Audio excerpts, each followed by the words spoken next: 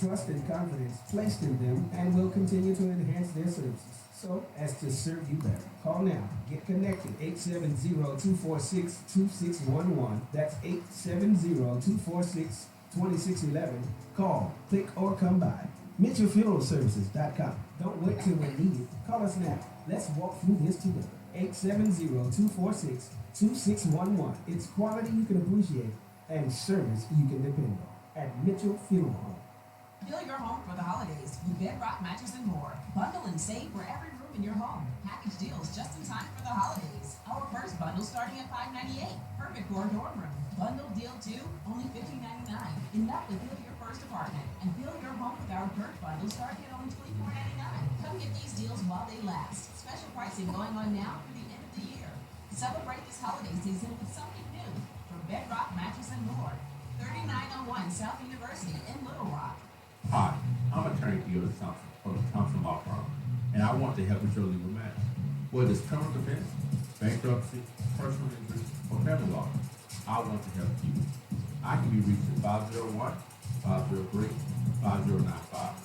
Don't face your legal issues alone. You need an attorney whose primary objective is to provide you with the best legal representation. Our office address is 415 North Kennedy, Suite 710 in Little Rock. I'm attorney Theodore Thompson, and I want to provide you with the best legal representation.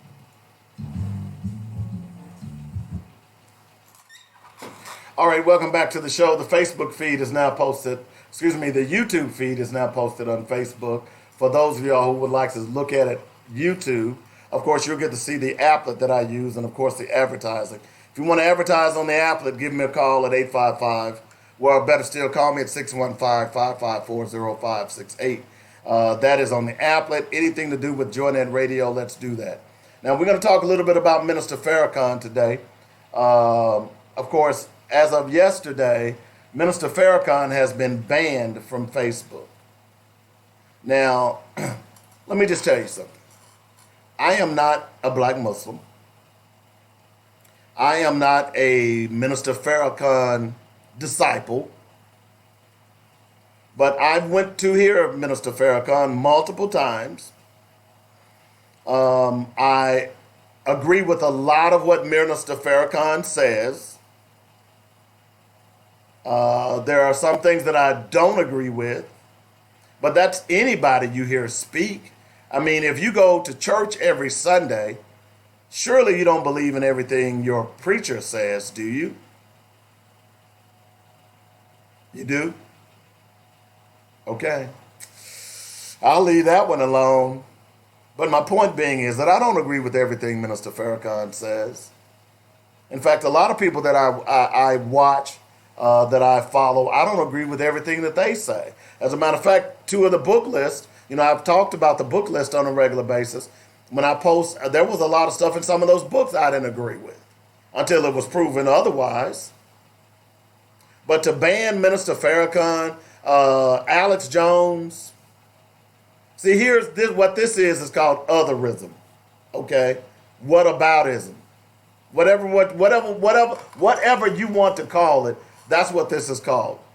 Because banning Minister Farrakhan, you think that's going to keep people from hearing Minister Farrakhan? Really? Do you think that's...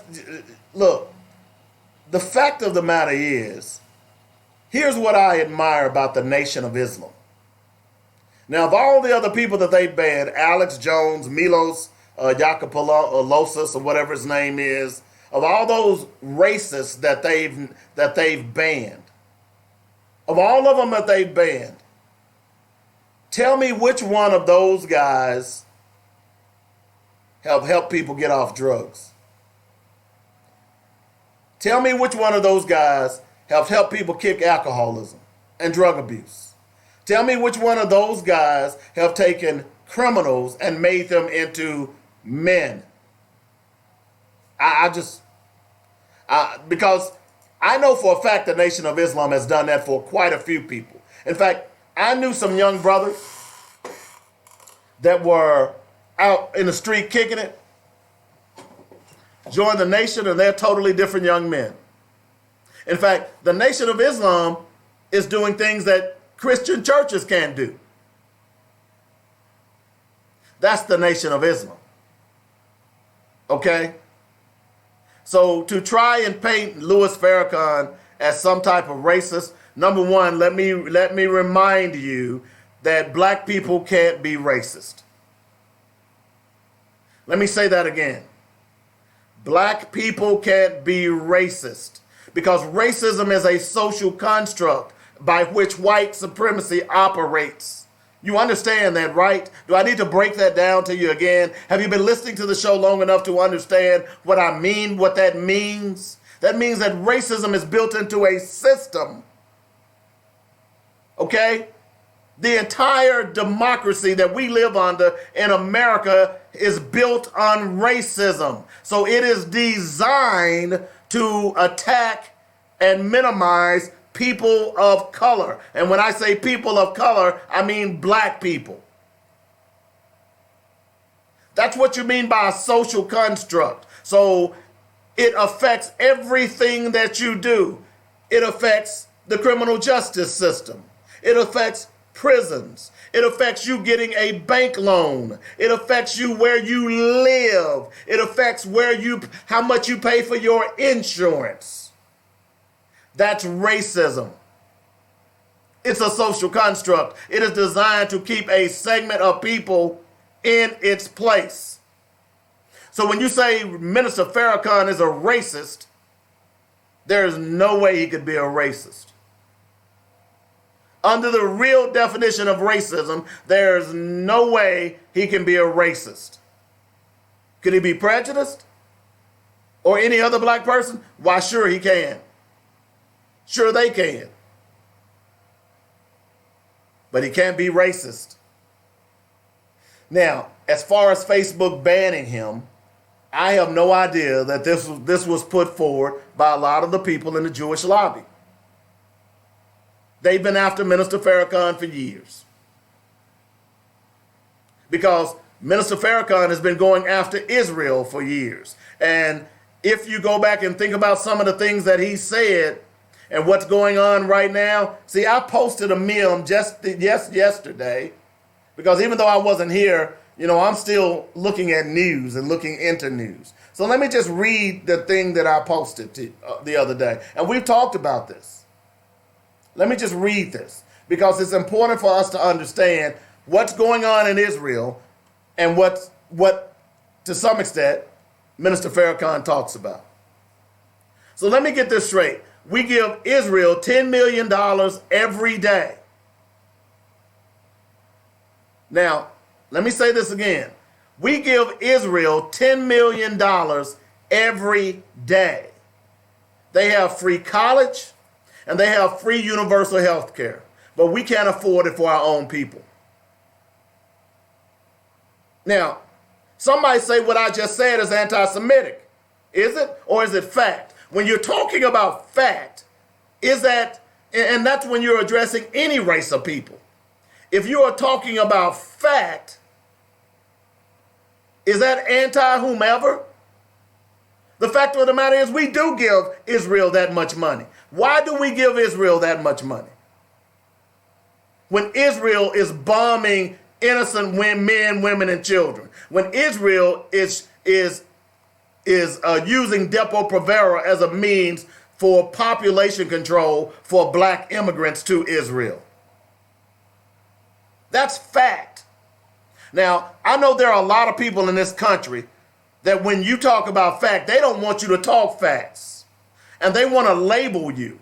They want to call you one thing or another. That's fine.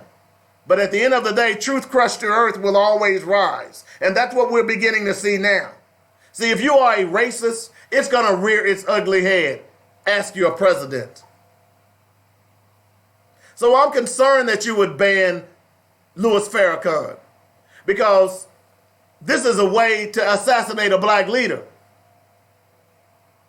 This is a way because there are a lot of Christian folk who respect Louis Farrakhan. There are a lot of Christian folks who go to church every Sunday, read the Bible, who respects Louis Farrakhan.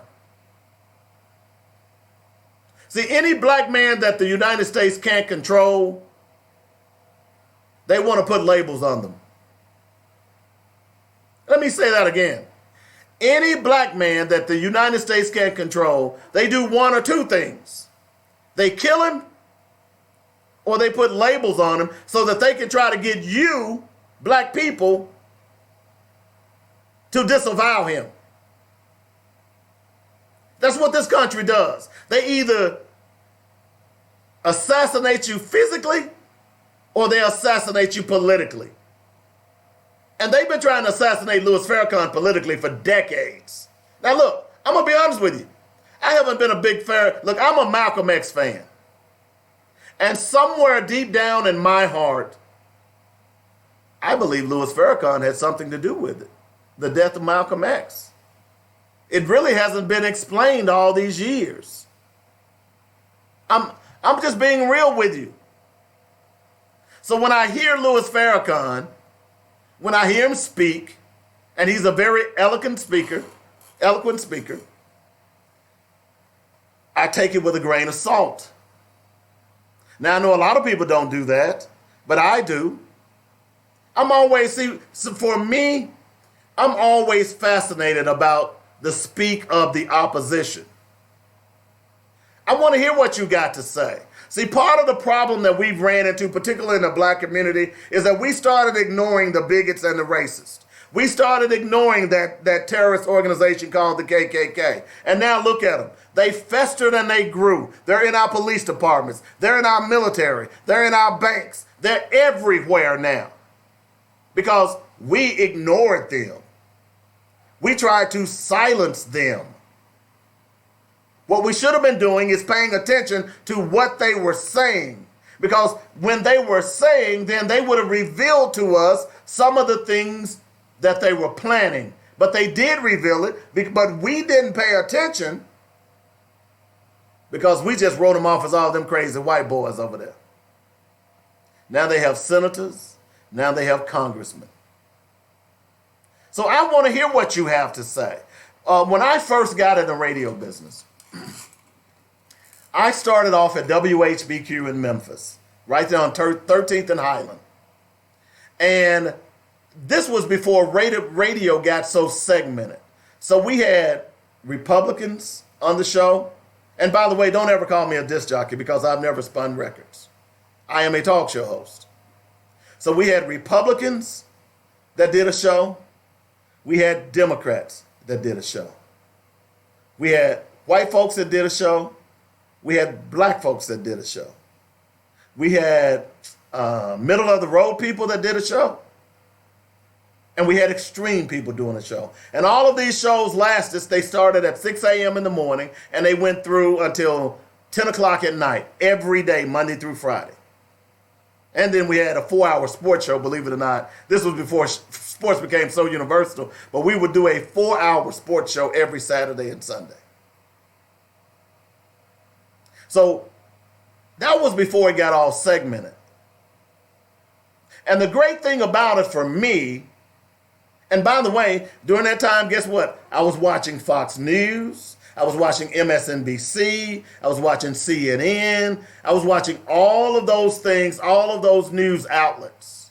Because I wanted to get the flavor from various things. Because, see, I'm smart enough to develop my own opinion. I'm smart enough to go out and do my own research. I'm not so naive to think just because that person is on TV and talking in a microphone that I have to believe everything that they have to say. That's me. So I learned from all of them. The way I do my show today is directly related to Mark Davis, Oliver C. Reed, Bill Atkins, John DeClue, Joan Rodak. None of those names are familiar with you unless you were in the radio business or in the Memphis radio market 30 years ago when I started radio, 35 years ago. Okay? But those people, Republicans, Democrat, liberal, conservatives, right wing, left wing, middle of the road, all of those people colored how I do radio today because I took a little bit from all of them.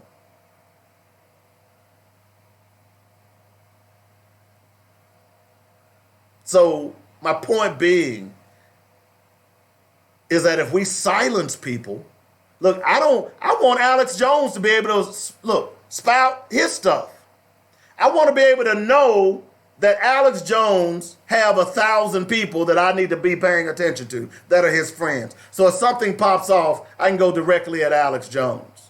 We live in America, folks. The First Amendment is real. We do not have the right to begin to tell people who can say what. Now, if you're telling me that Facebook is a public medium, then everybody, whether you like them or not, should have the right to say what they want to say on Facebook. Okay? Now, should you be able to stalk people and harass people? No. But if you're telling me that this news feed is mine, this space, whatever amount of space that I've carved out in the Facebook service, if you're telling me that that's mine, then I have the right to say whatever I want to say on my news feed. The people that don't like it don't have the right to come in and say, oh, I don't like that, because you can do simply this. You can turn your head. You can block me. You can defriend me. Whatever you do, you can shadow block me. Whatever it is, whatever it's called, you can do that. So I have a problem. Let me ask you a question. If you're saying that, if you're telling me that Louis Farrakhan has been practicing in hate speech, how the hell you still have Donald Trump on social media? See the double standard here? This is a clear double standard. How the hell do you still have Benjamin Netanyahu on Facebook? So you're picking and choosing Facebook who you want to block and who you don't want to block. Is that what I understand? And stop telling us that this is a public forum, because if you're telling me that it's a public forum and you're blocking, look, Deacon DeJanjo in his last show said he gets blocked and put in Facebook jail for saying the word coon or calling someone a coon. Okay? But you know what? That's on Django's feed. That's in his group. Are you saying that whatever I do in my group is not really mine? Then you're not a public forum. In fact, now that we're beginning to understand Facebook more, Facebook is nothing more than they're masquerading as a public forum, but they are an information gathering site where they go and sell information for millions of dollars. That's what they really are. You know, one just on a side note, you know, now when they tell you, well, you need this card to get this extra discount and all this, or sign up or get our app, I don't do that anymore. I'm not sending you my email. I'm not sending you my phone number. I stopped about 2 years ago. And you know why? And this one lady, I went to a store, so, oh, well, you can save 10 cents on that gas. Don't you want to? No. And she got offended because I wouldn't fill out the program for that app. And I told her, I said, look, sister, you don't understand. I don't want to be in anyone else's database. In fact, I'm trying to opt out of every database I can. It's too late, but I'm trying to opt out of all of them because they are beginning to track you everywhere you go. They're tracking you every time you move. I don't like that. But that's what Facebook is doing. Think about it when you go out on a website and you type in, let's say you're going out and you're looking for blue socks. When you get back on Facebook, what do you have? You get all these ads popping up about blue socks. They're tracking you. So Facebook has the unmitigated gall to be the gatekeeper of the First Amendment. And they have the right to do that because that's their company. You understand that, right? It's their company. But where does it stop? See, that's the question. If you're saying, all right, they banned Alex Jones, do you really believe that? Are you really happy about that? Where does it stop? Who's to say that now? Because we know, check this out. So if Facebook has only white people to write their algorithms, how racist is that going to be? You don't understand what I just said, do you? All right, let me explain it another way. You know, I talk a lot about black businesses and the importance of black businesses. One of those important things for a black business is that it allows black mentors. Okay? So give you an example. So let's say, for instance, I open up a black business today and I need some summer help. The first thing I'm going to do is think about my friends who have kids who are work age. I'm not going to go to the unemployment office. I'm not going to put an ad in the paper. The first thing I'm going to do is I'm going to think about some of my friends who have 14, 15, and 16-year-old kids who might want a summer job. You get that, right? That's the same thing white folks do.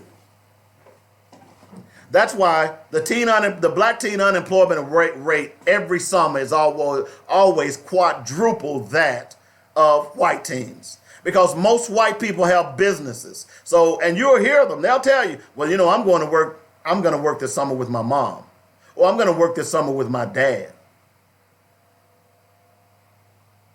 By the way, if you do have a business, black people, you should have your child working for you. So instead of giving them an allowance, they can work for you. And guess what? You can write that off on your taxes. That's just a tax stand for you. Okay? But my point being in using that example is that because I know white people who have businesses, my white child will in all likelihood get a job. Does that make sense? So what we've got to start understanding here is bias is innate. So if I have if I have white people who are writing algorithms, by sheer nature of who I am and where I was raised, those algorithms are going to be written to that effect. Give you another example. This has been the argument against standardized testing for a long time, because how I'm raised really dictates on what I know. Give you an example.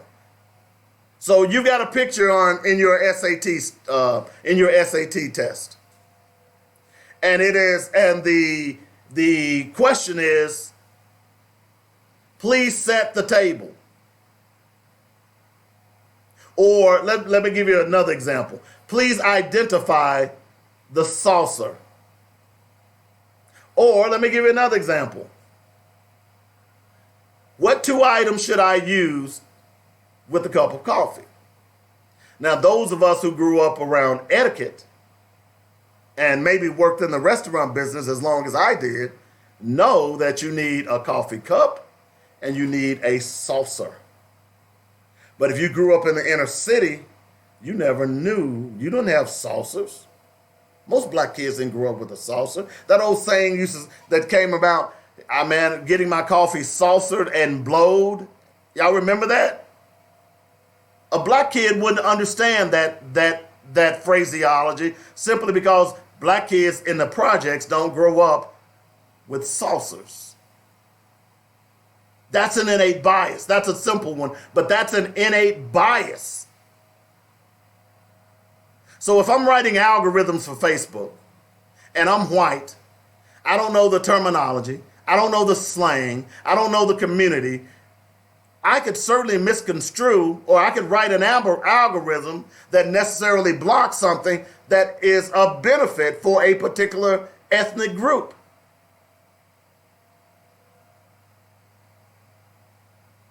So before Facebook should be blocking anyone, let's see, what is your racial makeup of your coders as it relates to the algorithms? And how do you, Facebook, determine whether or not the algorithm that you've written is blocking something that is significant for one community or another?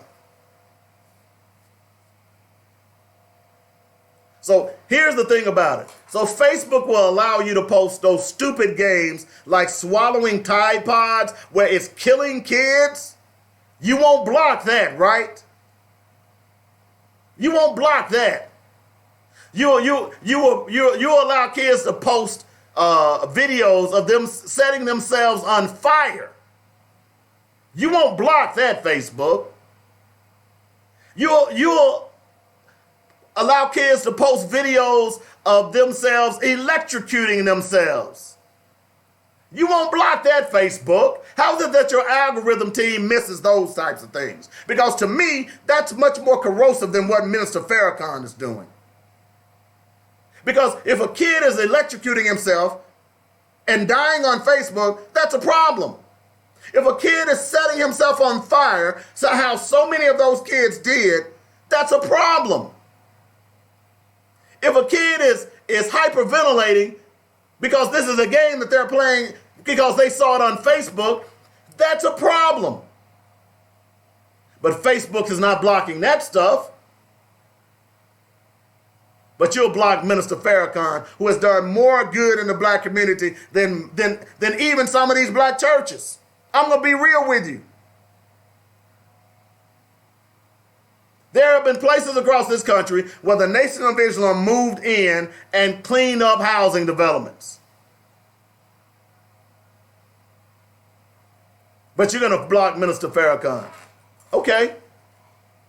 I see you. I hear you. But I'm going to still follow Minister Farrakhan. I'm still going to talk about Minister Farrakhan. Now, you might block this today, Facebook. In fact, you might end up putting me in Facebook jail. But you're wrong. Just like I said, you're wrong for blocking Alex Jones. I want to hear what Alex Jones has to say. I want to hear the racists coming.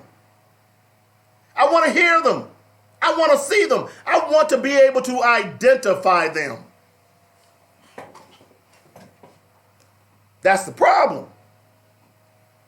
Racism has become so mainstream now, we can't even identify them. So I want to see them. I think Facebook is wrong on this. You shouldn't be blocking anybody. I'm being real with you. It's the First Amendment issue. And maybe that's what I'm thinking as a journalist. Where do they stop? Where does Facebook stop? Well, I mean, who's next? Who's next? Because I don't understand how you can block Minister Farrakhan and you're not blocking Donald Trump. I don't understand that, dog. Oh, he's the president, so he gets leeway to be a racist?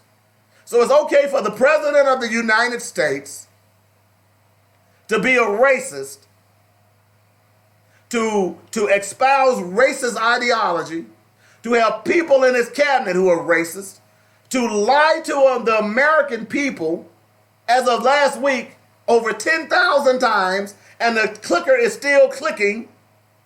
It's okay for the president of the United States to do that, to run roughshod over the First Amendment, but it's not okay for just a regular Joe Blow citizen? Is that what I understand? Every journalist should be upset about this.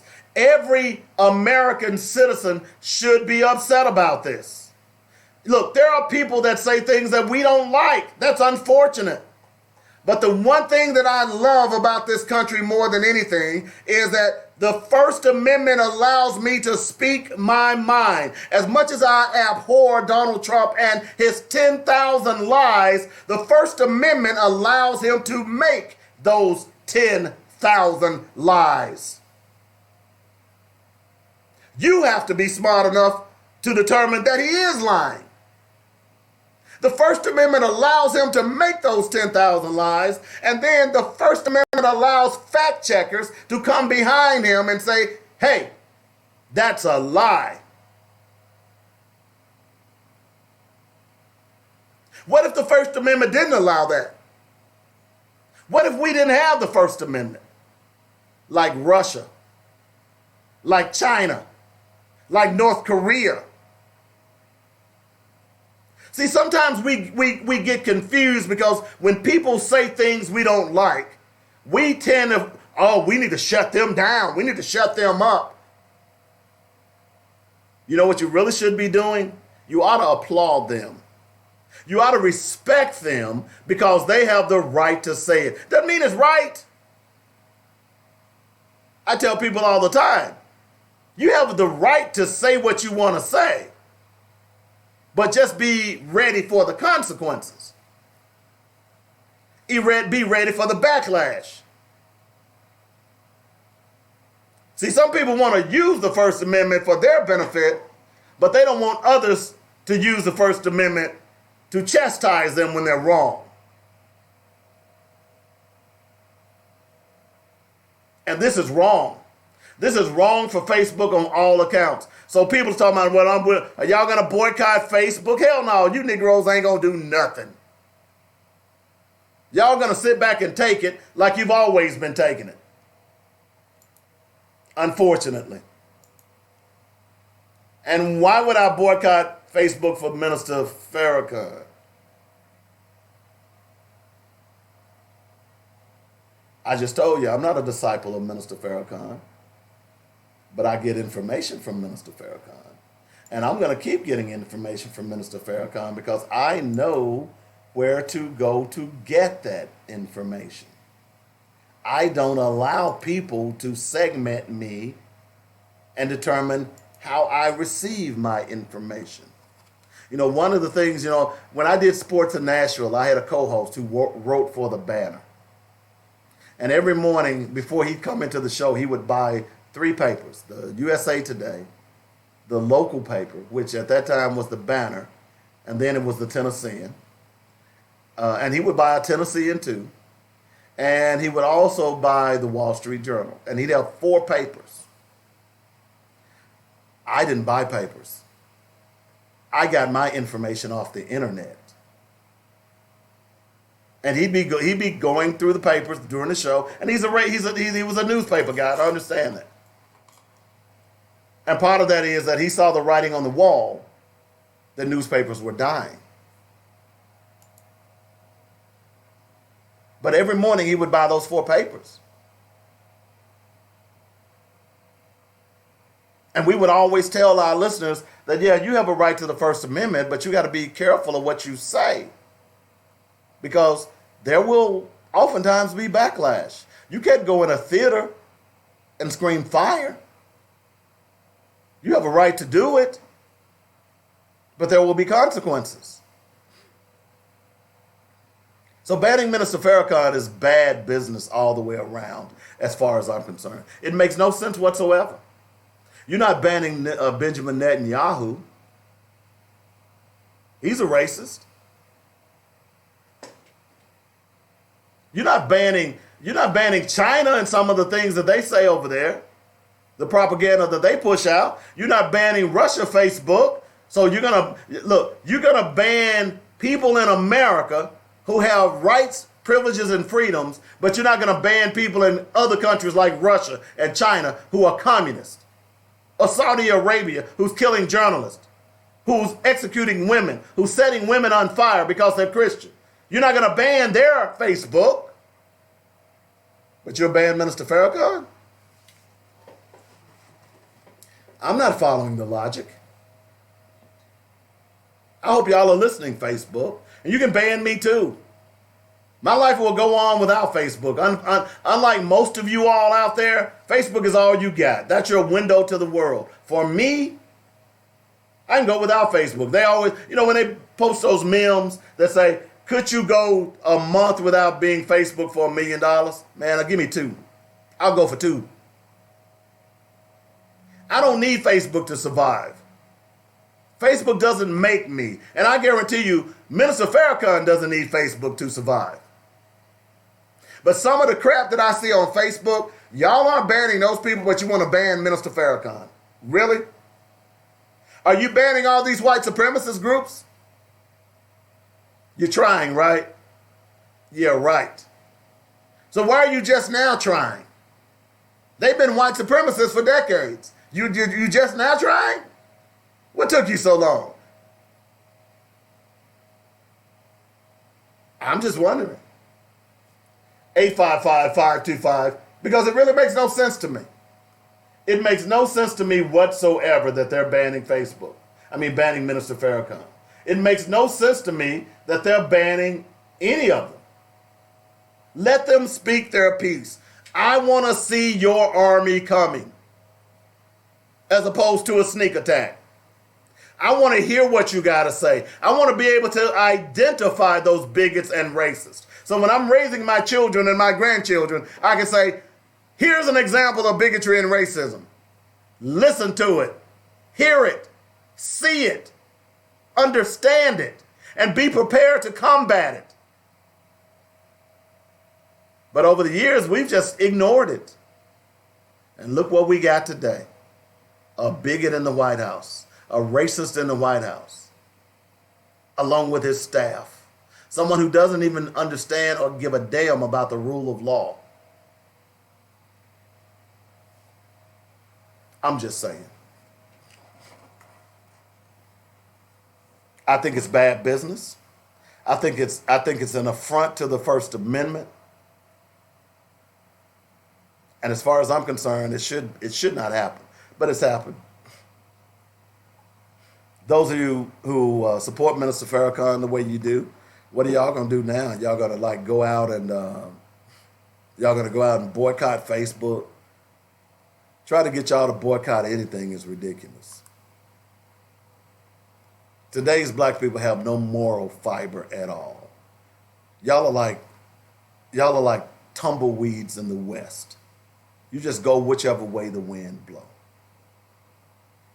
Yeah, I said it. I said it.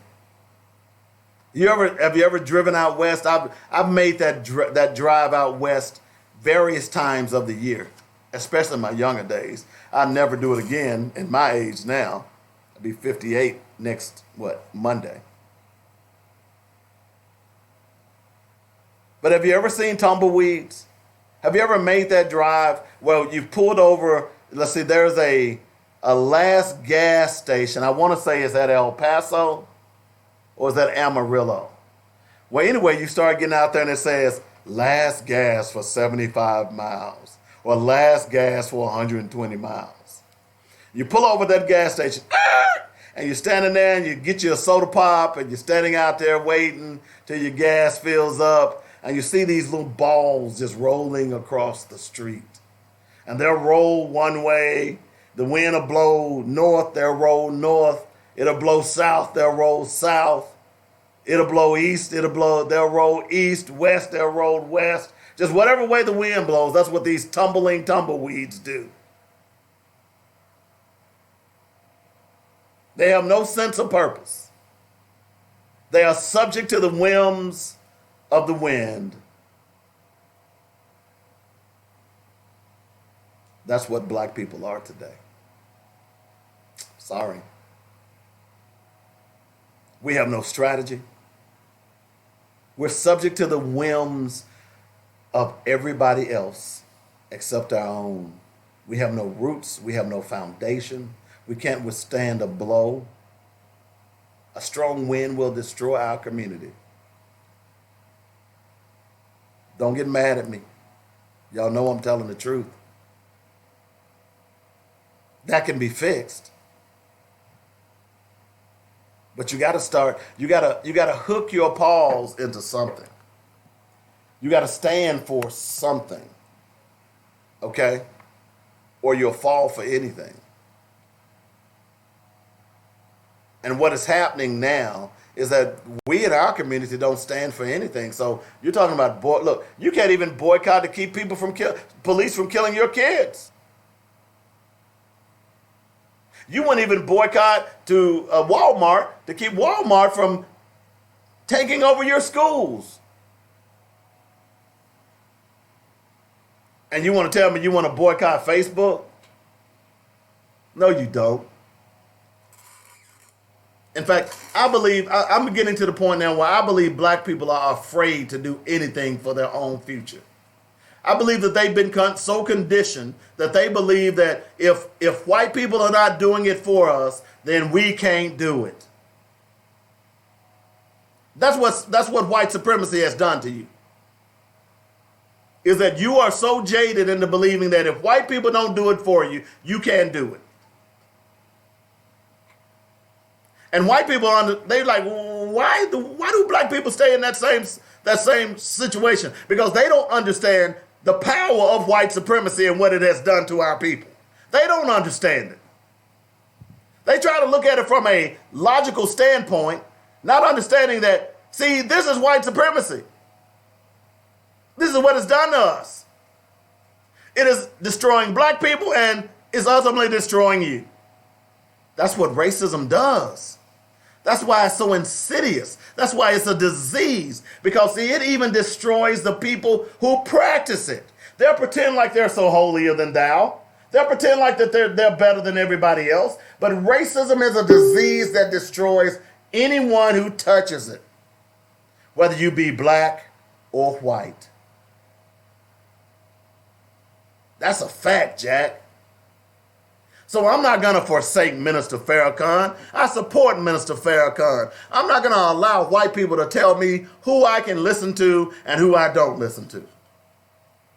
It's just not going to happen. Now, you can do it.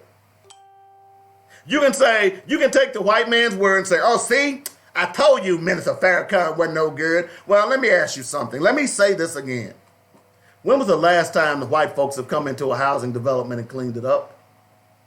When was the last time white folks have come into a black neighborhood and gotten people off drugs and gotten people out of gangs?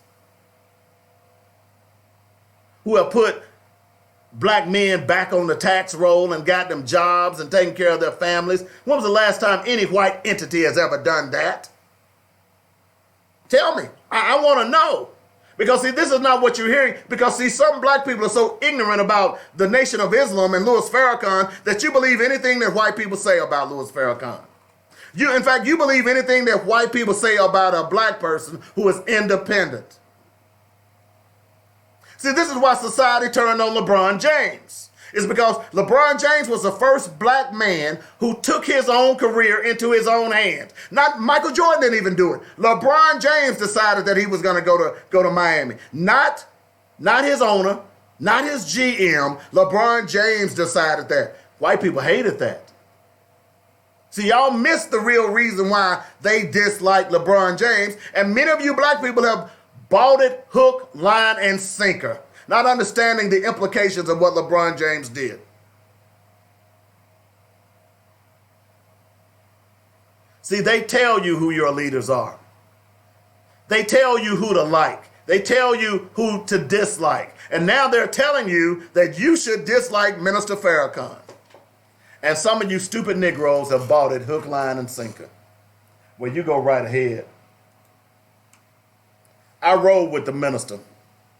I don't agree with everything he says. I don't agree with his religion. In fact, I've told you I don't agree with none of those religions.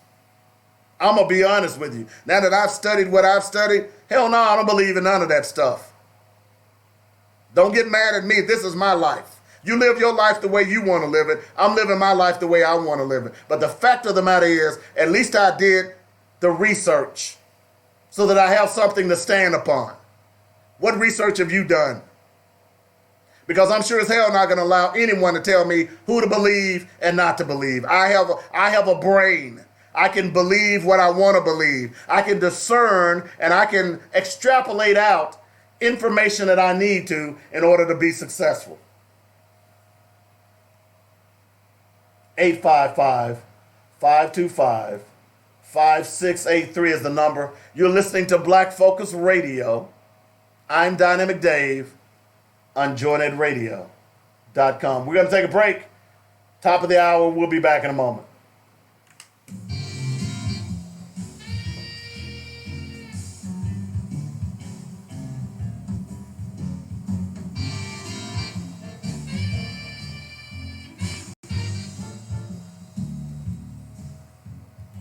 Fill your home for the holidays with Bedrock Mattress and More. Bundle and save for every room in your home. Package deals just in time for the holidays. Our first bundle starting at $5.98. Perfect for a dorm room. Bundle deal 2, only $15.99. Enough to fill your first apartment. And fill your home with our third bundle starting at only $24.99. Come get these deals while they last. Special pricing going on now through the end of the year. Celebrate this holiday season with something new from Bedrock Mattress and More. 3901 South University in Little Rock. Check out our new arrivals at Bubba Furniture Depot. Sofa, sectional, bedroom set, pump sets, as well as home appliances now. You gotta find this! You gotta find Check plan with 99 savings cash. Make Bubba Furniture Depot your one-stop shop. Call 562-8333 for the rest. Who got it? The butler got it. Bubba Furniture Depot. Hi, I'm attorney PLOTUS Thompson from the Thompson Law Firm, and I want to help with your legal matters. Whether it's criminal defense, bankruptcy, personal injury, or family law, I want to help you. I can be reached at 501-503-5095. Don't face your legal issues alone. You need an attorney whose primary objective is to provide you with the best legal representation. Our office address is 415 North McKinley, Suite 710 in Little Rock. I'm attorney PLOTUS Thompson, and I want to provide you with the best legal representation. I'm so glad I found a Kick Above. It's like my very own personal training studio. A Kick Above removed the guesswork and intimidation and offered me a very supportive and structured environment specific to my personal goals. Kim Leverett and her certified personal trainers even offered nutritional guidelines for my personal workout. It's about me at a Kick Above. Call 501-868-8850 or go to akickabove.com. Now, what am I wearing tonight? Thanks to a Kick Above, I look marvelous. Mitchell Funeral Home welcomes all of Arkadelphia and Arkansas in Clark County since 1966. At Mitchell Funeral Home, they understand that the funeral is a celebration of life and legacy, so the entire staff takes great pride in the caring, personal, and professional services they provide. Cremations, funeral planning, burial policy, life insurance, notary, and monument sales are just a few of the services they offer. Flexible packages are available as well. Mitchell Funeral Home appreciates the trust and confidence placed in them and will continue to enhance their services so as to serve you better. Call now. Get connected. 870-246-2611. That's 870-246-2611. Call, click, or come by. MitchellFuneralServices.com. Don't wait till we're needed. Call us now. Let's walk through this together. 870-246-2611. It's quality you can appreciate and service you can depend on. The views and opinions expressed today on Black Focus Radio are not the views and opinions of the station, its management, or its advertisers. Now, let's get ready to focus on our issues, our solutions, using our voices on Black Focus Radio. Welcome to Black Focus, the show designed with our community in mind, where we focus on our issues, developing our solutions, using our voices. Central Arkansas, surrounding areas, and the nation. Get ready. Black Focus starts right now. Phone lines open at 855-525-5683. So here's your host, David W. Coleman and Robert Webb. All right, welcome back to the second hour of the show. 855-525-5683 is the number. I want to remind you tomorrow on Joynet Radio beginning at 8 o'clock, we've got the weekly sports magazine done by yours truly. So we'll be talking sports bright and early tomorrow morning. So hopefully you guys will get up and listen to the sports show. It's not like the regular sports show. So I'm going to tell you right now, we don't talk a lot of X's and O's, okay? It's a magazine, so we dive in depth on some of the subject matter that we all ought to be addressing. So it begins 8 o'clock tomorrow morning on joynetradio.com. We're on for 8 to 10 a.m. I also want to shout out to my Little Rock Central Tigers. As you can see, I'm sporting the reunion shirt. This one is about, I don't know, I think this was like our 25th reunion. Coming up here a little later on, we've got a few months, let's see, it's a few weeks now. We've got our 40th class reunion, believe it or not. So that's fascinating to me that it's been that long, folks, that I've been out of high school. That's kind of crazy. But now I was telling a friend earlier today, I met a lady. She graduated from Little Rock Central in 1961. White lady, little old white lady. And she told me the story of, well, as we had a chance to talk, she talked about 1957. She was a freshman at the time at Little Rock Central. Now, according to her, she said she didn't participate in any of the negative stuff that was going on at the time. But, and she told me about, a lot of people don't realize, they had to close Central down. And they sent a lot of those students to other schools in the area And she told me about how many people resented her and they had to fight because they didn't want the kids from Little Rock Central at their school. But she said she ultimately ended up graduating from Little Rock Central. So shout out to Central High Tigers. And the point in telling that story is that, once you begin to be, you realize you are a Little Rock Central graduate. And I don't mean no disrespect to anyone else or any other school. But once you become a graduate, you have a camaraderie with all of other Little Rock Central graduates. It doesn't matter how old they are or how young they are. You have that camaraderie. It's just there. It was funny because we were talking. She was talking about, I still know the alma mater, and sure enough, I just for the fun of it started mouth. This lady, she had to be, man. If she graduated in '61, man, so she graduated 20 years. So she's got to be close to 70 or 80, And I started mouthing it to her. I said, "Hell to the old gold, hell to the black." She picked up right after me. Hell alma mater, not does she lack. So she knew all about it. So that was pretty cool to deal with, to see that young lady. 855-525-5683 is the number. I talked a lot about Minister Farrakhan being banned on Facebook. It's a First Amendment nightmare. Because what's next? I know some preachers who say some offensive things. Should they be banned on Facebook? I know some coaches who say some offensive things. Should they be banned on Facebook? And are you telling me that Facebook is the thought police now? Are you telling me that Facebook are the word warriors now? Is that where we're headed with Facebook?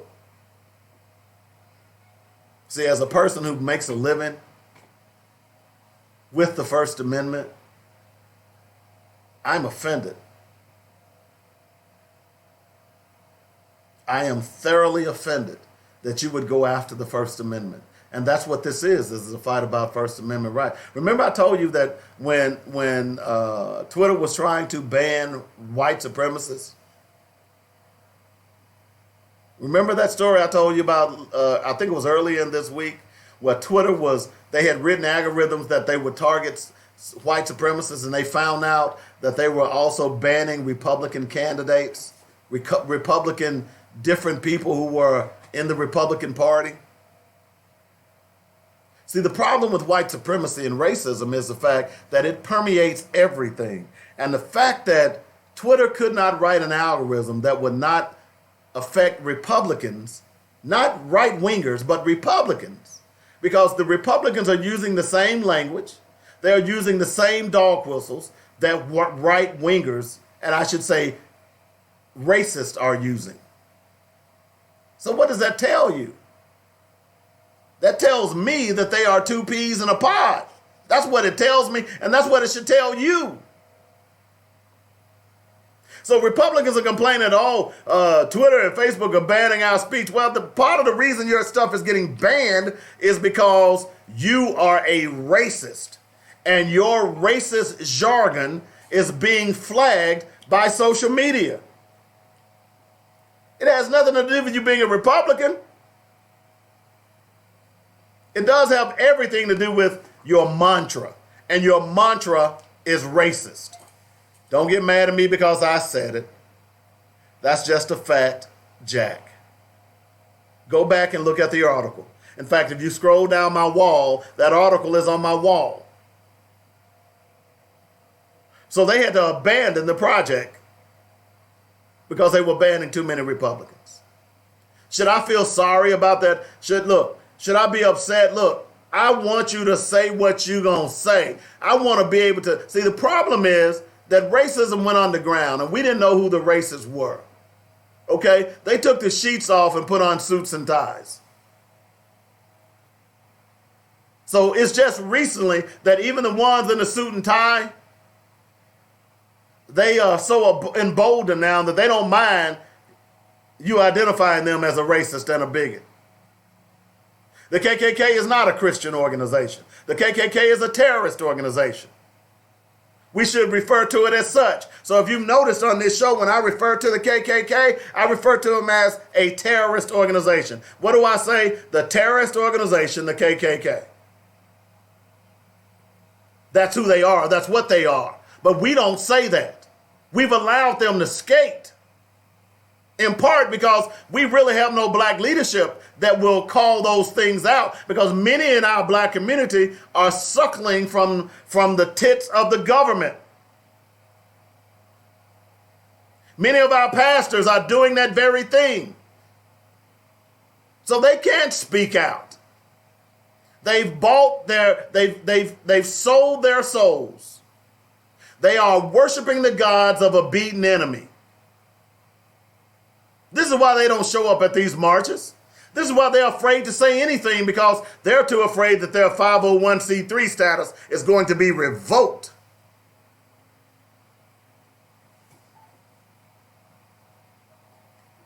And why is that? Because we don't support our community. Wouldn't it be great if a black church said, hey, I want to have a community picnic, they can come to black businesses and it's supported by black businesses? This is what, if you've never, let me give you a travel tip. If you want to see how black business is really done, if you want to see it, do yourself a favor and go to the Taste of LA. Is there anyone out there that's listening? Have you ever been to the Taste? Do you know what I'm talking about? Let me get a date for you, okay? Let me get a date for this year. In fact, that might be something that I might want to do this year.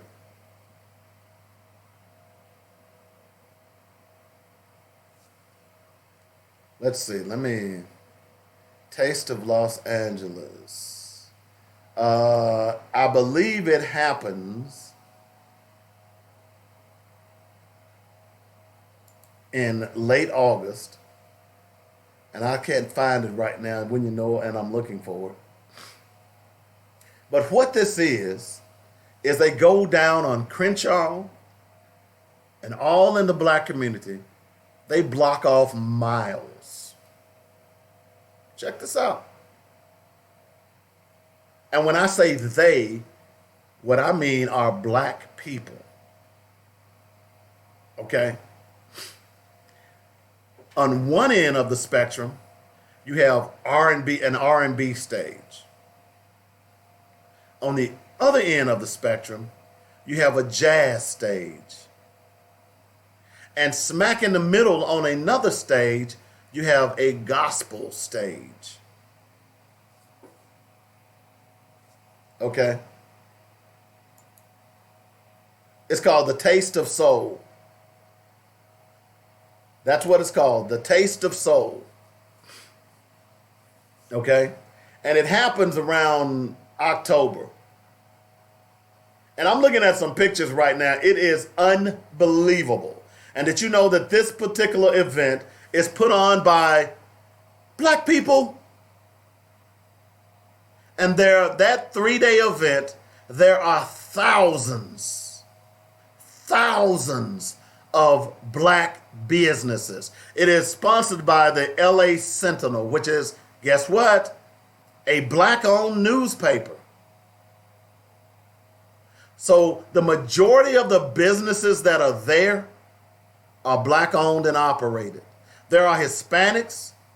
There are all kinds. There are Jamaican. There are all kinds of black or black diaspora type businesses there. And they line one street, down one side of the street, and up the other. Do yourself a favor and go out and Google the Taste of Soul. This is LA. Now you say, well, LA, they do it big out there anyway. I know, but I'm making a point here. That if we are going to change the dynamics of what's going on in our community, we ought to be having a Taste of Soul right here in Little Rock. Well, ain't no but black businesses, where people can come out and respect and appreciate black businesses. It's a beautiful event. So if we want to solve the problems in our community, guess what we got to do? We got to support one another. I say this every day. I'm going to say it every day. I'm just saying. 525-5683 is the number. We are going to talk about the book list a little bit today as well. So you all make sure you stick and stay for that. Let's see, where are we? Oh, we are down to, let's see here. I will tell you, we did the United States Constitution. We did the Holy Bible. We did the Holy Quran. We did $40 million slaves.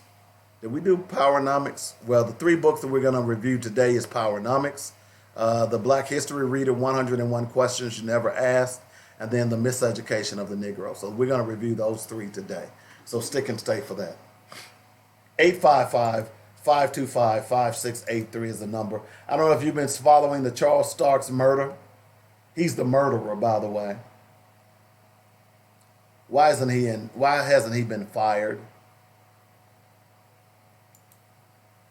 Can someone tell me that? Why hasn't he been fired? What is the new police chief waiting on? Is he trying to be politically correct? Is he afraid of the FOP already? Because the FOP around the country is ran by white men who are racist, who support any killing that a police officer does. Let me give you an example of that. Okay, here's let's see. I hope there's some audio to this. There may not be, but the head of the Philadelphia FOP, his name is John Nesby. Okay, this is from The Root. For any significant change to American policing to occur, we have to deal with and upend police unions, which wield extraordinary power and influence. Most times, police unions support their officers unconditionally, even when it's more than obvious that police are in the wrong. They also tend to disparage victims of police brutality, as well as a plethora of other deplorable acts.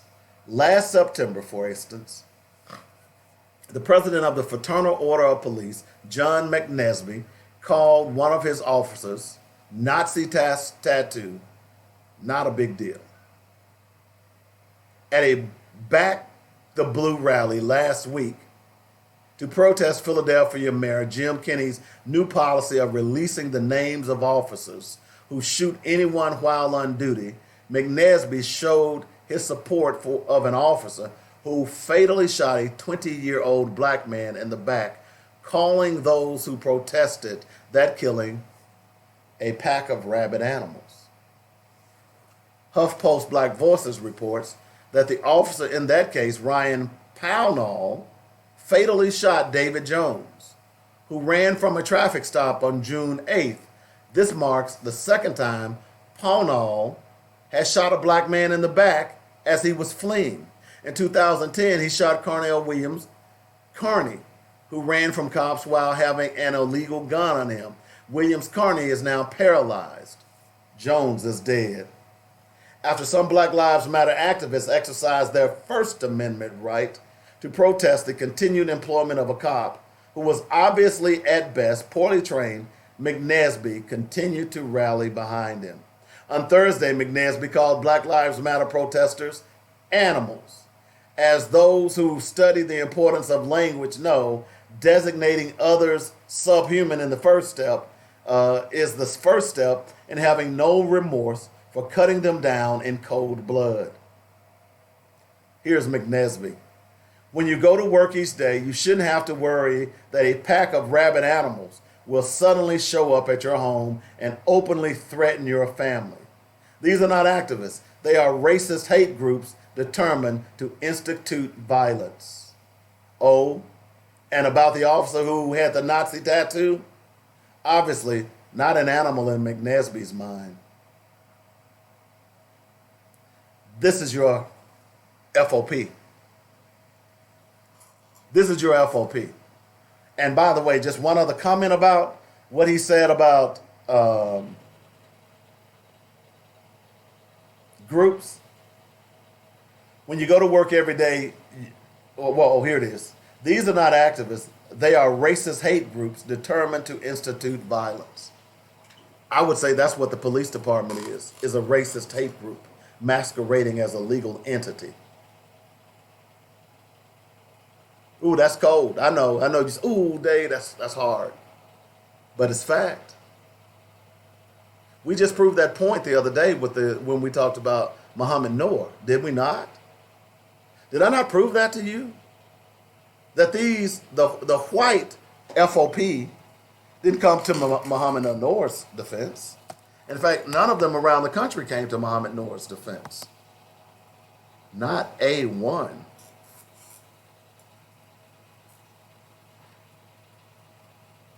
When white boys are killing and rampaging, they don't get shot down like dogs. But when black men who have cell phones are running with their backs turned, they're being shot down like dogs. I just gave you two examples of one cop doing it.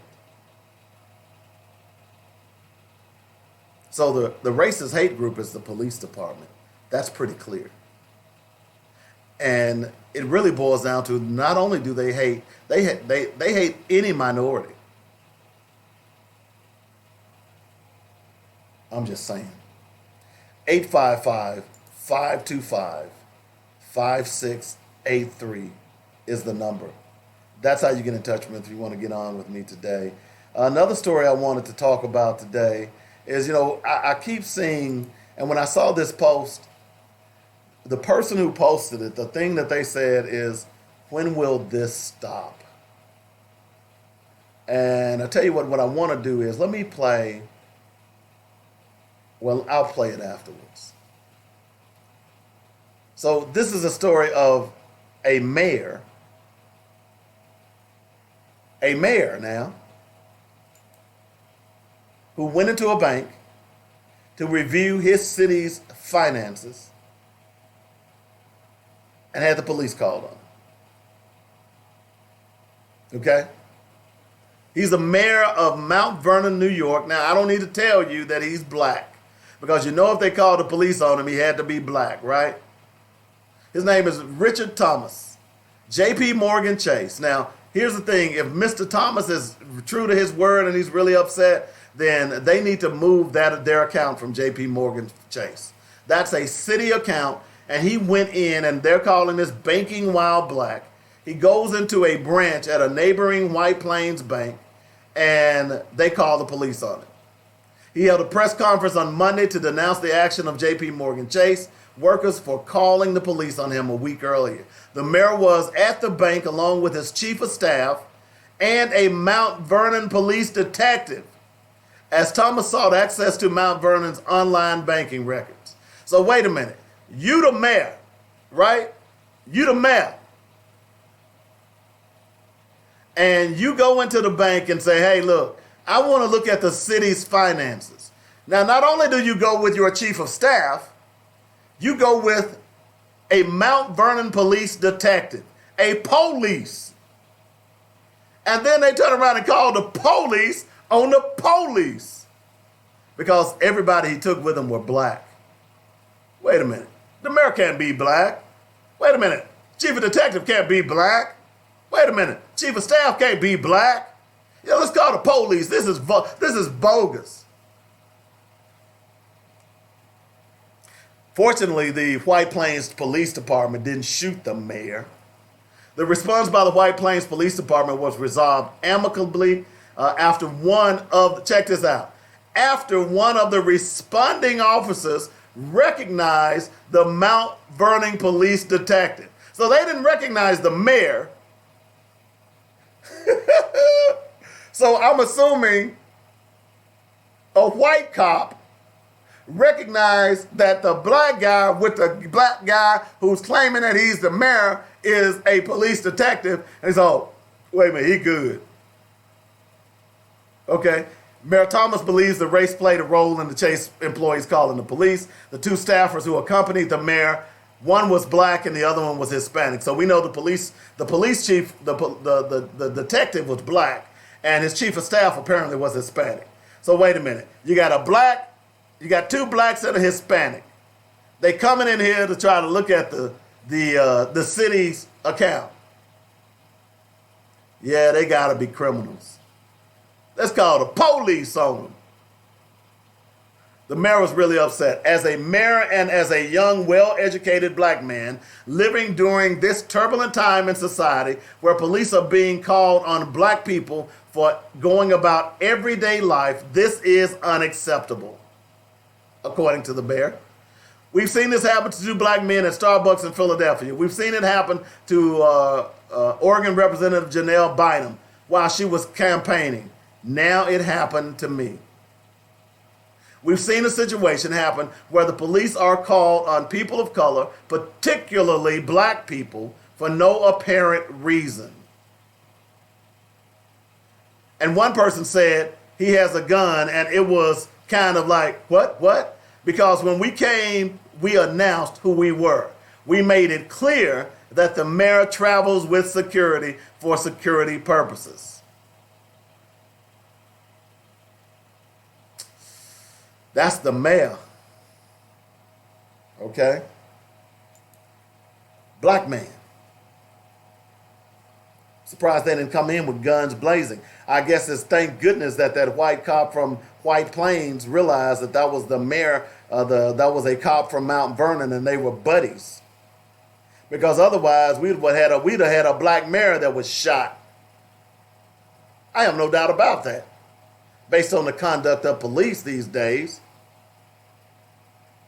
That's crazy, man. That is crazy. But y'all don't think white supremacy exists. Y'all don't even care, do you? All y'all want to do is get your paper. You don't care. You ain't got time to donate to a black cause. You ain't got time to visit a black business. You ain't got time to do none of that. Well, I'm going to tell you something you better make time for. You better make time for the shooting range. You better make time. That money that you're spending on red bottoms, I hope you bought an AK-47. I hope you bought a 9mm. I hope you bought a 38 or what? A shotgun, a 12 gauge. Because some of these white people ain't giving up. And it's going to come down, I hate to say it, it's going to come down to who can defend what. Because we know they will take anything that they want. We know that now. They have a history of it. And they're proving beyond a shadow of a doubt because they're against the rule of law. We have a president in the White House that don't respect the law. He doesn't respect the Constitution. He doesn't respect Congress. So if you have a president who's willing to do that, what do you think some of these white folks are willing to do? They're following his lead gleefully. So you better get armed up. That's all I'm saying. You better get armed up. And I can guarantee you better do it before the 2020 election, because I got a feeling that's what's going to pop off, because I think Donald Trump's going to lose. But here's the problem. He's not going to leave office. I'm beginning to believe that. Now, I hope that's incorrect. I hope that's not correct. But this guy's a narcissist. He's the type of guy that'll blow the whole damn ship up because he didn't get the life raft he wanted. In fact, he's the kind of guy that'll put holes in the other life rafts when the ship is sinking, and he'll jump off the boat with the only life raft, not realizing that he needs a navigator. That's the kind of person this Donald Trump guy is. 855-525-5683 is the number. That's how you get in touch with us. Tell you what, we're going to go out and take another break. When we get back, we're going to go over this book list. I want to make sure this time that I have enough time to cover all of the book lists that I'm going to do today. There are 25 on this list, and I will, as a matter of fact, I will copy the ones, once I'm done with the whole list, I will copy it. Well, I'll tell you what, I will copy the book list for this week. How about that? The books that I'm talking about. All right, you're listening to Black Focus Radio. I'm Dynamic Dave on joynetradio.com.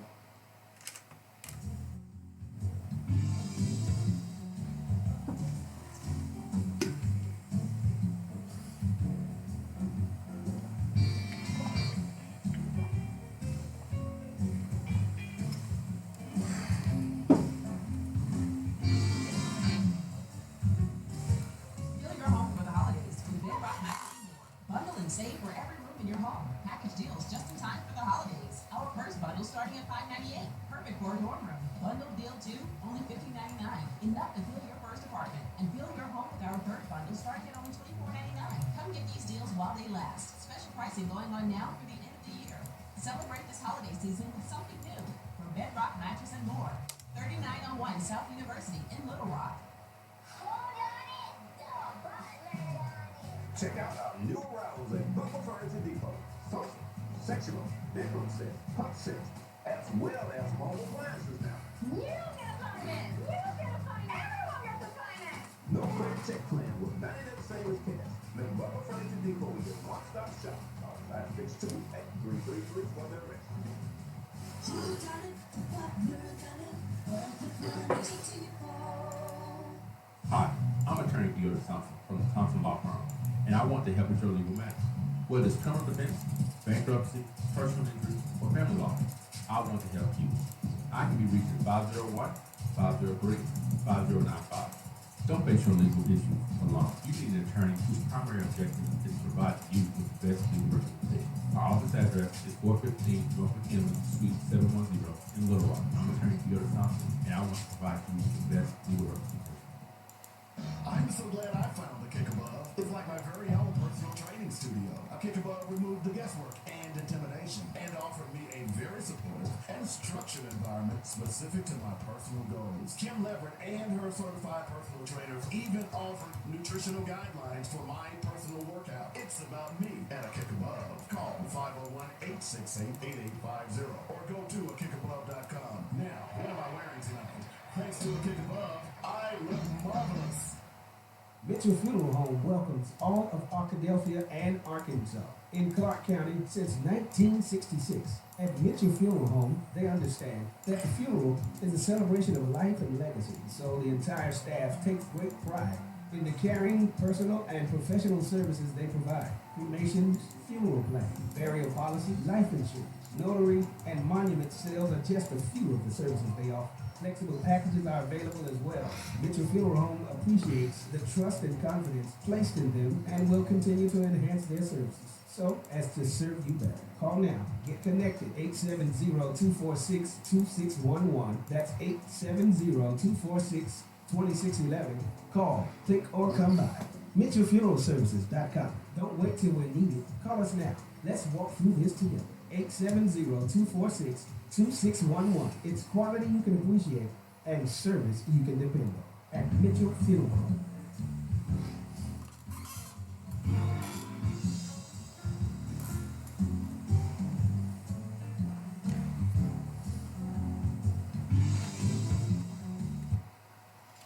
All right, welcome back to the show. We've turned the corner to the top of the hour. That's old radio jargon. That tells you how long I've been in the business. Throughout them old radio terms, mellow sounds designed with you in mind. That's an oldie right there. 855-525-5683 is the number. That's how you get in touch with us. It's Black Focus Radio here on joinnetradio.com. Don't forget you can advertise. You got a business, you got an event coming up. Hey, you need to advertise on Join That Radio. I will tell you that there is a 6 month package that I've been authorized to offer. 6 months of advertising, and it's pennies on the dollar. That I can't tell you the price. You have to call me, and I will tell you how much 6 months of advertising will cost on this station. No matter where you are in the country, if you got a portable product,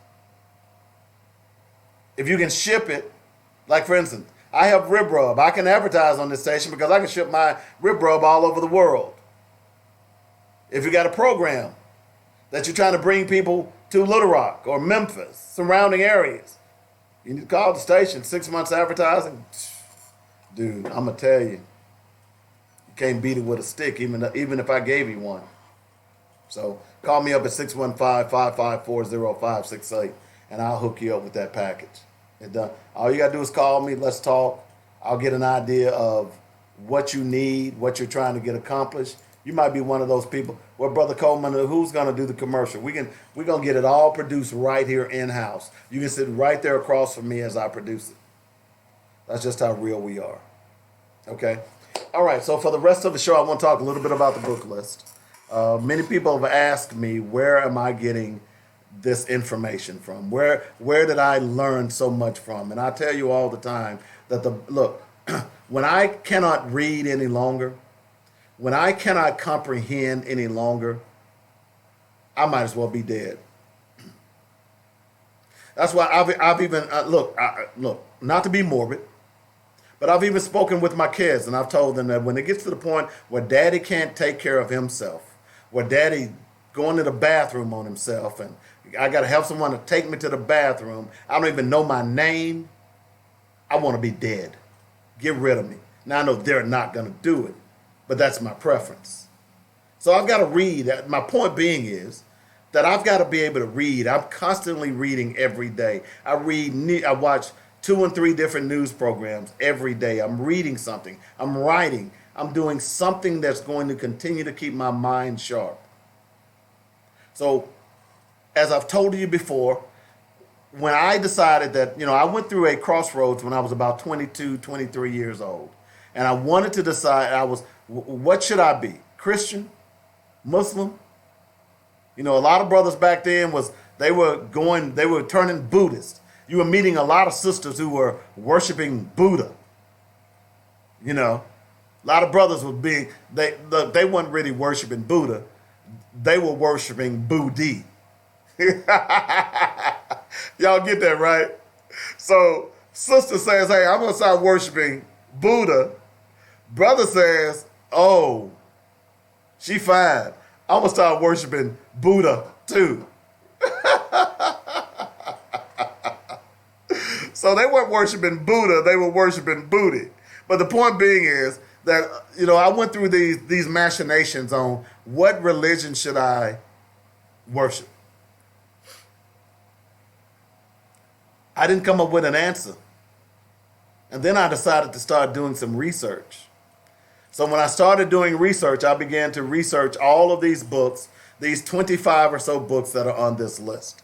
And I promise you, if you read any of these books, if you read them all, then you will begin to understand a whole lot of things you never understood before. Okay? So today I'm going to talk a little bit about 3 more books. If we have a chance, I'm going to talk about 4, but I may leave that one to next Friday because it's so important.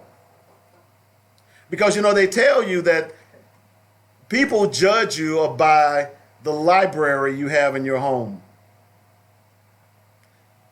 So when people would come to my house, and they would, and I'll be honest with you, there were 2 things I used to do when I'd go visit friends. I would look at their albums. I could tell the type of person you were by the type of albums that you had. And I could also tell the type of person you were by the books that you had in your library. What books do you read? Do you read? I could also tell the type of person you were by the type of magazines you had on your table. I could also tell the difference that if you had any reading material anywhere available in your house. I could tell you what type of house you had. That's a fact. So if I walk in your house and there are no magazines on the table, on the coffee table, there are no books in the library, then that tells me a lot about you. You're not very educated. I don't care if you do have a degree. So I decided that I wanted to go out and pursue and decide, who do I want to be? Who do I want to worship? Because I'm a logician. I look at things logically. I like science. I like to be able to be backed up with fact. So when you tell me to believe with my heart, that's hard for me to believe. I need to see evidence. So I began to research. And I started going through a lot of these books. And these books and we're going to get into some heavy stuff. Let me just give you an idea. 2 books that you ought to read. You ought to read every book on this. But here's, for you Bible thumpers, From Babylon to Timbuktu, I dare you to read it. That's written by a preacher. His name is Dr. Rudolph Windsor. He also wrote an accompanying book called The Valley of the Dry Bones. Can These Bones Live? Y'all know that scripture. That's by Dr. Rudolph Windsor. Valley of the Dry Bones. Here's another volume for you. The Black Presence in the Bible, volumes 1 and 2 by Reverend Walter McCrae. The list goes on, but let me start with the books that I want to review today. One of them is Powernomics. It's by Dr. Claude Anderson. He's the only black economist that I've heard that has offered legitimate ways that black community can get out of their economic deprivation. Dr. Anderson offered answers to the plight of black America in this economically sound plan. Oftentimes we talk about the problems, but we offer no solutions. Finally, Dr. Anderson dares to say what should have been done decades ago. In other words, with Dr. Claude Anderson, he talks about the importance of economics. He talks about the importance, forget about the vote, you vote with your dollar. When you vote with your dollar, the other trinkets will come. You vote with your dollar, we get our kids out of jails and we get them into mentorships. He talks about the pyramid of economics. Y'all need to check that book out. It's called Powernomics. It's written by Dr. Claude Anderson. The next book is The Black History Reader, 101 Questions You Never Asked. Now, you all have heard me quote from that book often about the difference between neighborhoods and communities. But there are 101 questions he examines in this book, and each one of them are profound. My caption reads, "What's the difference between a neighborhood and a community?" Dr. Claude Anderson's latest book asks that question and 100 other important questions that must be addressed in the black community. And I will tell you that I actually carry a copy of this book around with me in my backpack, because every now and then I have to pull it out. Okay? Like here, look, just give you an example. Question number 56. What is the special relationship or the special history between the District of Columbia and black people? Here's another one, number 56. What are some of the famous resorts built in America by blacks during the 1900s that were killed off by social integration? That was question number 56. These are here. Question number 14. Here's my favorite. Why do blacks need communities instead of neighborhoods? That's question 14. Here's more. And you know, this book, I want y'all to see. You see those highlights? So I read to understand, so I highlight. And then I go back and read again. Y'all see them highlights in that book? Here's some more questions in this book. Should blacks withdraw from affirmative action programs and instead pursue racial reparations? Woo, aren't we talking about reparations? I think I'm going to have to bookmark this chapter. That's question number 69. We will be talking about this more in depth. You see, this is Dr. Claude Anderson. Let me just put a fold in that because, you know, we're talking a lot about reparations these days. Here's question number 74. Were any attempts made to save John Brown from the hangman's noose? Y'all know John Brown, right? John Brown is that white boy who fought against slavery. And not only did he fight against slavery, his family, he gave up his entire family to fight against slavery. Where are the John Browns today? You know, Donald Trump said, "Where's my Roy Cohn?" I'm asking white people, where are my John Browns? That's what we ought to be asking them. Where are the John Browns in your community? Because, you know, John Brown was a Christian minister who said slavery was wrong and enlisted his 3 sons and slaves to try to take over a port in Virginia, Harper's Ferry. Where are the John Browns? But this is Dr. Claude Anderson, the Black History Reader, 101 Questions You Never Thought to Ask. I advise you to go out and get this book. It is a quick read. You don't have to sit and read it. You can read one question a day. So for 101 days, you can read one question. I'm telling you, this book is so profound, I carry it around in my book bag. But I got to read this part about, let's see, where is it? I always ask the question, what's the difference between a neighborhood and a community? Because, see, black people don't have a community. They have neighborhoods. And part of the reason that we're suffering is because we no longer have communities. Where's the black community in Little Rock? Where's the black community in your city? Is there one? Has it been destroyed by white gentrification? If it has, that's part of the problem. That's part of the problem. Just reading from the Black History Reader, 101 Questions You Never Asked. Blacks have neighborhoods instead of communities. A community is where a group lives, works, learns, competes, and thrives. It is where they store their valuables, history, culture, businesses, jobs, and functional schools. Black neighborhoods are like buckets with holes in them. They are porous and do not hold things of value. A neighborhood is dysfunctional, crime-ridden, impoverished, and transitory in nature because you don't own nothing in that neighborhood. You're paying rent to slumlords. Any stores that are in your neighborhoods are ran by Arabs, Asians, or Hispanics. You own nothing in that neighborhood.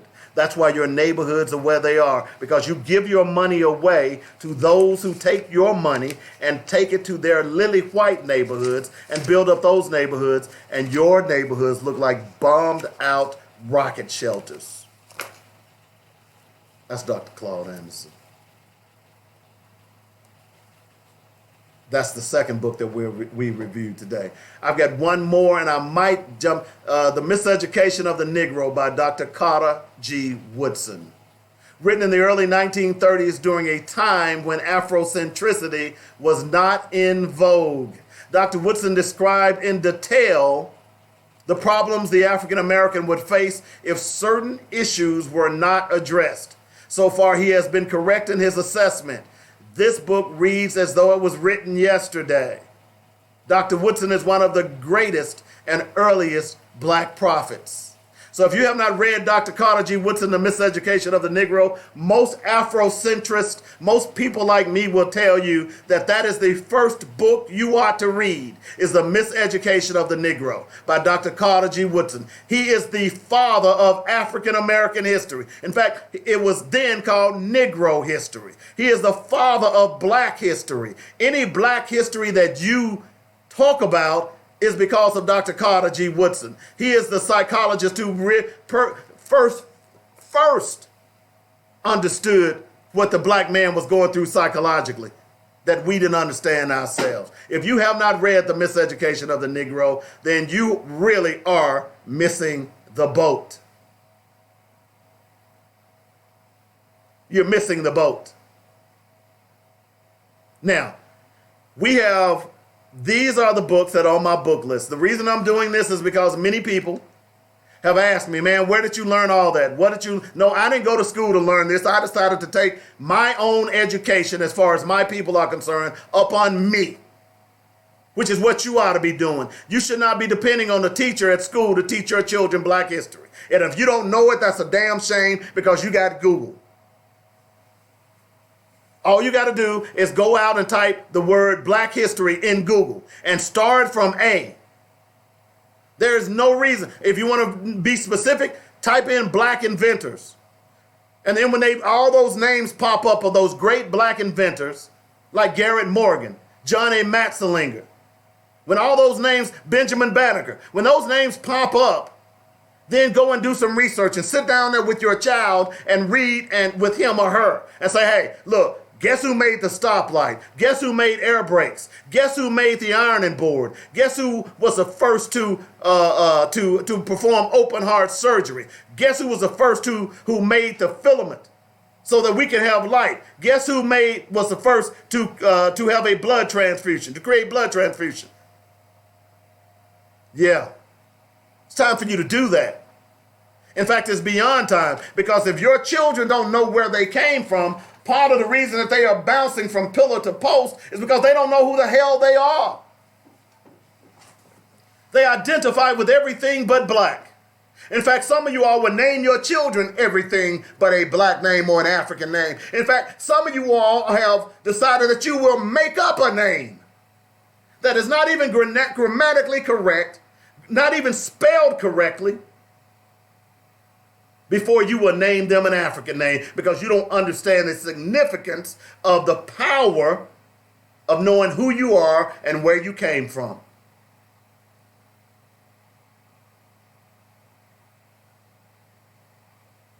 So you got to go out and learn your history. You got to go out and tell your children about your history. Otherwise, your children are going to grow up in the same predicament that you've grown up in. And that curse that Willie Lynch talked about is going to continue to manifest itself in your family. It's going to continue to manifest itself in our neighborhoods. And then when people like me who come into the neighborhood who want to teach, you all would turn your backs on me. Or people like me, you'll turn your backs on me simply because you'll say, oh, that nigga don't know what he talking about. This is what the white man told me. I'm going to believe the white man. This is why y'all can turn your backs on little Farrakhan. This is why many of you all turn your backs. Even your president that you love so much, Barack Obama, turned his back on Jeremiah Wright that he had known for 20 years, a man who had baptized his children. But because he wanted to be part of the white establishment, he decided that he would ignore the man who had prayed with him half of his damn life. That's called not knowing your history. That's called not knowing your culture. That's called not being secure in who you are as a black man. This is real talk, folks. If you want to know who you are, then you have to research it. They're not going to tell you. Black history should be 365 days a year. It ain't no one damn month for me. I made sure mine did. I made sure mine knew who they were. And you can look at the results of who they are. They walk like a black man. My son walks like a black man. My daughter walks like a black woman, a real black woman. They carry themselves like a real black man and black woman because I decided that I was going to teach them their true history, not something that a school system was going to put into their brains that I knew was flawed. So that's why I did this book list. I've had this book list now almost 20 years. So you've asked me why or how? Let me go back before I run out of time here. And look, you can read this in no certain order. But these are the things that I've covered so far on this book list. And I'm going to post them eventually, the entire list. The first one is the United States Constitution. Why did I tell you to read the Constitution? Because you live in America. You got to understand the laws by which you are governed. Hell, I'm not going to go and read the Spanish Constitution. I don't live in Spain, but I live in America. I need to understand that the 13th Amendment was not written for me. I need to understand that the Constitution of the United States was not written for me. I need to understand and believe that the Emancipation Proclamation was only put together simply because white people in the North didn't want to lose to white people in the South. It had nothing to do with Lincoln freeing the slaves. But what do they teach your children? Well, what did Lincoln do? He freed the slaves. Lincoln was a racist just like all the other white men back then. His only motive was to keep from losing the war. So he used black people as chattel. But you got to know the document by which you are governed. That's why when you see these brothers on Facebook and the police confront them and they use their constitutional rights, what do the police do? They walk away. But what are we teaching our children in our community? We're not even teaching them about Constitution because you know what? If police, every time they walked up to a person and that person started spotting the Constitution, they'd stop doing what they're doing. But because you don't know the Constitution, they abridge your rights every chance they get. The second book, what I told you about, was the Holy Bible, the original African Heritage Edition. It is hard to find. It is out of print, but I guarantee you it cost about $65. If you buy this Bible, it will blow you away. I promise you. You have seen nothing like this Bible. This is the first Bible that I've ever seen that actually points out the ethnicity of the people in the Bible. Now, if you do your history the way I've done, you know that all the people in the Bible anyway are black. Yeah, even Jesus, even Mary, especially in the Old Testament. Now, of course, when the Romans start coming in, that's another story. But the ethnicity of the majority of those people in that book are black. And this Bible points it out in footnotes, intrinsically and extrinsically. It is one of the best Bibles I've ever read because you can get lost in just the history that's in the Bible. Because y'all do realize that the Bible is used quite often as a history book as well as a spiritual book. Y'all understand that? So that was the other one that I told you to read. The other one I said, read the Holy Quran. Even if you're a Christian, read the Holy Quran. If you are so well grounded in your faith, it should not matter to you talking to someone about another faith. You should not be intimidated by someone who's Buddhist, somebody who's Islam, someone who's a Hare Krishna, because you're grounded in your faith. Look, no matter what they say to you, if you believe in what you say you believe, no matter what they say to you, that's not going to deter you from believing what you believe. But you know what it will do? It'll help you understand other people and how they worship and what they believe in. And then when you really begin to understand that, you'll begin to say things what I said. Well, damn, isn't that the same thing Christians do? It's just another name. Did you know a Christian that grew up in the Middle East calls God the same as a Muslim? Do you know what that name is? It's called Allah. So if I'm a Christian, if I'm a Middle Eastern Christian, and you see me praying and I say Allah, because of your ignorance in America, you could blow my brains out because you think I'm Muslim. You'll discriminate against me because I'm Muslim when I'm actually a Arab Christian. Boy, this is deep. I love talking about this book list. Oh, but it's time to go. A couple of others. I talked about $40 million slave. That's about these black athletes thinking that they saved. Powernomics, and then the Black History Reader, 101 Questions You Never Asked. Hey man, the show was just getting good, but you know I got to go. Make sure you join me in the morning, 8 to 10 a.m. for the weekly sports magazine. We'll certainly talk about a little NBA. We'll continue to talk about the hypocrisy of the NFL because they are certainly hypocrites. And why y'all still watching? Oh, that's right, because black folks ain't going to boycott nothing. And you know what? That's why we don't get nothing. Oh, man, I had a video that I wanted to play, and I think I am going to play before I go. Let me play this sister right here. I could play Muhammad Ali, and we'll save that, but I got to play this poetess, this spoken word artist, as they call themselves these days. So I'm going to get out of here. I hope you enjoy the weekend. Y'all be safe out there.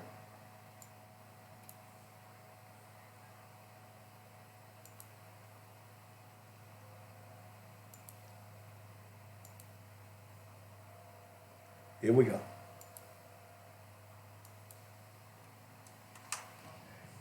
We learned your English, we learned your Spanish, we learned your Dutch, your Portuguese, your German. You learned our nothing. You called us stupid. That's white privilege. And I'm sure it probably hurts for you to hear those two words, kind of like gunshots and explosions from those commissioned to protect you with whisking past your ears. What is white privilege? It is the only 5 decades of legal acknowledgement expected to correct 400 years of white transgression. It's crack versus cocaine. Blacks receiving almost 20% longer sentences for the same exact offenses. Like, for instance, a black man without a record is less likely to get a job than a white felon. Or maybe it's because we're lazy and we don't work hard enough. Like, what the fuck? 400 years in the same field literally is an incredible resume builder. It is Katrina answering the government's prayers of eugenics, Dick Cheney going fishing the next day, Condoleezza on a shopping spree, Bush in San Diego, but Kanye is the one you call crazy because, like, it only took the USA 2 days to get aid to Asia, but 5 for people to get to Canal Street and Esplanade is the one black kid who beat the shit out of the odds, but only thanks to Sandra Bullock, Michelle Pfeiffer, the White Shadow, so now we all can make it. It's the only time thousands of white people are cheering for the black kid to win is in the stadium. It is you looking at me crazy if I told you to go back to Europe, even though we didn't have a say. It is you, all of a sudden, having a problem with immigration like this isn't even your nation. How the hell do you discover some shit that wasn't even missing to begin with in Columbus our traditions? Had white girls twerking in high definition with multicolored hair and purple nails, but it was ghetto when we did it. Or I make you uncomfortable. Try a crank slave shit, but wait. Slavery is over now. It's just called the prison system because, like, you're not racist because you don't use the N-word, but y'all use niggas every day. What is white privilege? It is the acceptance of bombs over Baghdad, but not over Boston. This European history being taught as a major and African as an elective. It is learning about my people only 28 days. Like, I'm not black every fucking second as every white boy. And to fuck my brains out, not because I'm pretty, but because I'm pretty for a black girl. And people thinking that Africa is one nation is the waving of the Confederate flag like you didn't lose the battle and then telling us to get over slavery. It's people saying that black people destroyed neighborhoods but forgetting that white people have destroyed continents. And it's every time I bring up my plight, some white man has to tell me that I'm crazy, but it's kind enough to praise my English or say that we're all given the same opportunities, even though he has a family history of both. And I don't even know my family history at all. It's the justification of police brutality. Like, what did that person do? I'm sure it doesn't hurt as much when the victim doesn't look like you. It is people thinking that affirmative action is an unfair advantage instead of keeping the qualified from being unfairly disadvantaged or throwing out a qualified applicant because their name's out to African American as Newports imported into black communities, but black boys exported for weed as big plastic asses that are called fat when we naturally have them. It is an Australian woman whose new classic of rap music is everyone who hears this poem dismisses all this truth I just spit as reverse racism. That is white privilege. Thank you.